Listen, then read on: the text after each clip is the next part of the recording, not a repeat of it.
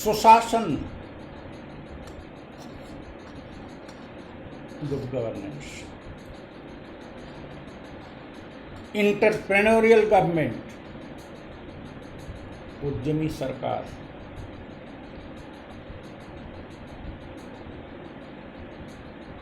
या कि नवलोक प्रबंधन को समझने के लिए हमें वर्तमान आर्थिक नीति पर भी विचार विमर्श करना आवश्यक है।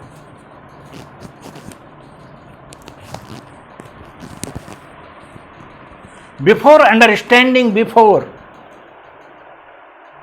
knowing the reality, the real theme of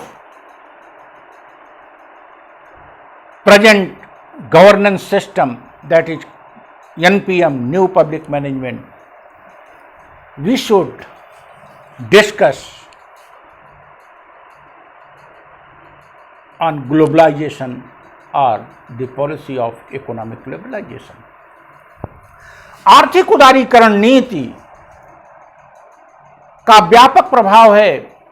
जिस समय आर्थिक क्षेत्र में उदारीकरण की नीति या वैश्वीकरण की नीति को स्वीकार करने की तरफ हम बढ़ रहे थे, लगभग उसी समय प्रशासन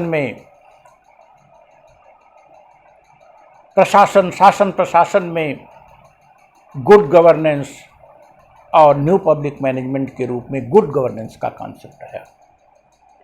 ये दोनों लगभग एक दूसरे से मिले जुले हैं। एनपीएम की बात करने के पहले हम करते हैं इकोनॉमिक लिबरलाइजेशन। आर्थिक उदारीकरण की पृष्ठभूमि में अगर जाएं तो 1990-91 के बाद आर्थिक उदारीकरण की नीति विश्व के देशों ने अपनाई। इसके पूर्व क्या स्थिति थी? इसके पूर्व 3 प्रकार की अर्थव्यवस्थाएं पूरे विश्व में प्रचलित थी। The first capitalist economic system, पूंजीवादी अर्थव्यवस्था। The main propounder of this system was Adam Smith.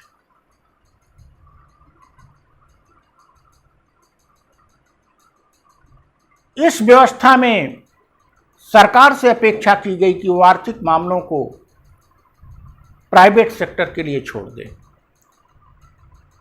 बाजार पर छोड़ दे, और प्राइवेट सेक्टर या बाजार ही निर्धारण करे क्या उत्पादित किया जाए, किसके लिए उत्पादित किया जाए। 1917 में रूस की क्रांति होने के बाद एक दूसरी अर्थव्यवस्था आई, कैपिटलिस्ट इकोनॉमी, सोशलिस्ट इकोनॉमी, समाजवादी अर्थव्यवस्था। इस अर्थव्यवस्था के मूल बात यह है कि इसमें कहा गया कि राज्य को आर्थिक मामलों को अपने हाथ में लेना चाहिए, उत्पादन भी, स्वामित्व भी और वितरण भी। जब भारत स्वतंत्र हुआ तो भारत के सामने भी यह प्रश्न उठा कि वह पूंजीवादी अर्थव्यवस्था को अपनावे या Samajwadi. India was colony of Britain. Bharat Britain का उपनिवेश था और ब्रिटेन में पूंजीवादी अर्थव्यवस्था थी। तो एक स्वाभाविक चयन हो सकता था कि हम पूंजीवादी अर्थव्यवस्था को अपना लें।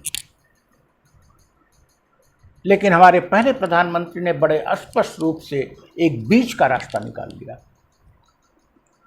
उन्होंने भारत के लिए मिश्रित अर्थव्यवस्था का चुनाव किया, mixed economy. Under this system उन्होंने व्यवस्था दी कि कुछ बड़े क्षेत्र जो लाभ के लिए नहीं होते, जनसामान्य के हित में होते हैं, वे राज्य के संचालन में रहें, और छोटे क्षेत्र जो लाभ के लिए किए जाते हैं वे प्राइवेट सेक्टर में हैं, और कुछ क्षेत्र दोनों के लिए। इस प्रकार से सेक्टर्स का विभाजन कर दिया गया। These will be under the, जैसे सुरक्षा से संबंधित मामले, आधारभूत संरचना इत्यादि को कहा गया ये पब्लिक सेक्टर में रहा गया। जनता के उपभोग के लिए जो सामान्य उपभोग की चीजें थी वो कहा गया प्राइवेट सेक्टर में रहा गया, और कुछ चीजों को कहा गया प्राइवेट सेक्टर और पब्लिक सेक्टर दोनों कर सकेगा। ये मिक्स्ड इकोनॉमी रहा। बहुत तेजी के साथ अन्य देशों ने भी इस मिश्रित अर्थव्यवस्था को अपनाया,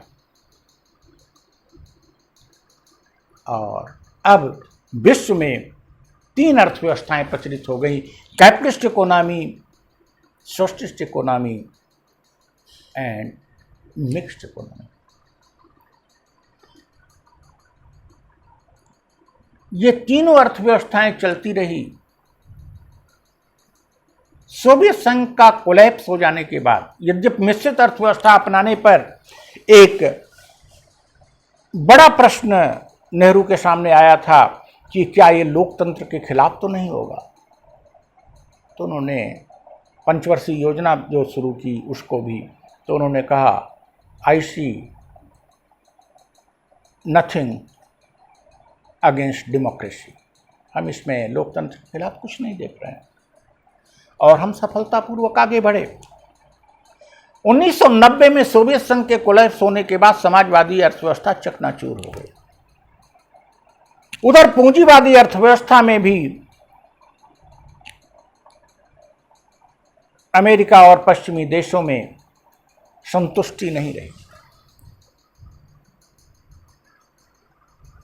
व्यापार के लिए एक व्यवस्था गेट के रूप में आ गई थी 1947 में, general agreement on trade and tariff, और कुछ देश उसके सदस्य थे जो कि उस एग्रीमेंट के तहत एक दूसरे के साथ व्यापार करते थे। अब विश्व व्यापार को बढ़ावा देने के लिए एक मुहिम चली पश्चिमी देशों में, लेड बाय अमेरिका, और उस मुहिम का था कि विश्व की उत्पादित सभी वस्तुओं को सभी लोगों को तेजी के साथ उपलब्ध हो। All the creations, all the researches, all the products of world should be made available to all the persons living worldwide। बहुत अच्छा आदर्श था, इस आदर्श के साथ वो बढ़े, लेकिन व्यापार में वस्तुओं के साथ वो अन्य चीजों को जोड़ना चाहे। अब विश्व व्यापार का दायरा बढ़ाने के लिए प्रस्ताव आया कि इंटेलेक्चुअल प्रॉपर्टी राइट को भी व्यापार में जोड़ा जाए, कृषि क्षेत्र को भी व्यापार में शामिल किया जाए,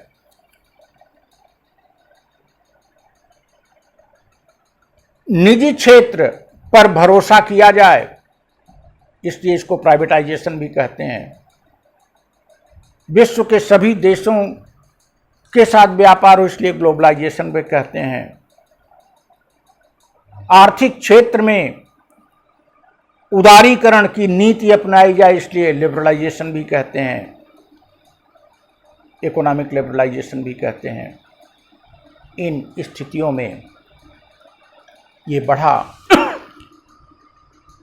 विकासशील देश, विशेष करके भारत और चाइना ने इंटेलेक्चुअल प्रॉपर्टी राइट और कृषि जैसे मुद्दों पर विरोध किया।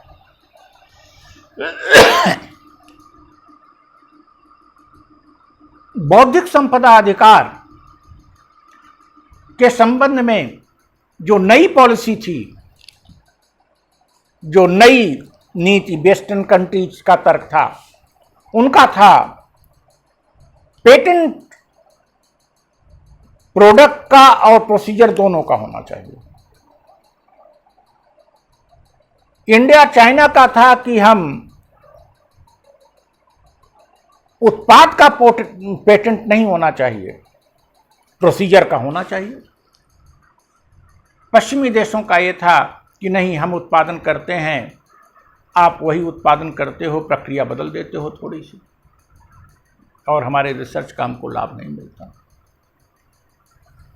किस क्षेत्र में भी विरोध था, लेकिन अल्टीमेटली डंकेल साहब ने एक प्रस्ताव बनाया और विश्व के देशों के समक्ष रखा कि या तो पूरी तरह से स्वीकार कर लिया जाए या तो अस्वीकार कर दिया जाए। हाँ, इस प्रस्ताव में ये जरूर थी, जो विकासशील देशों के ऑब्जेक्शंस थे कि उनका शोषण हो सकता है,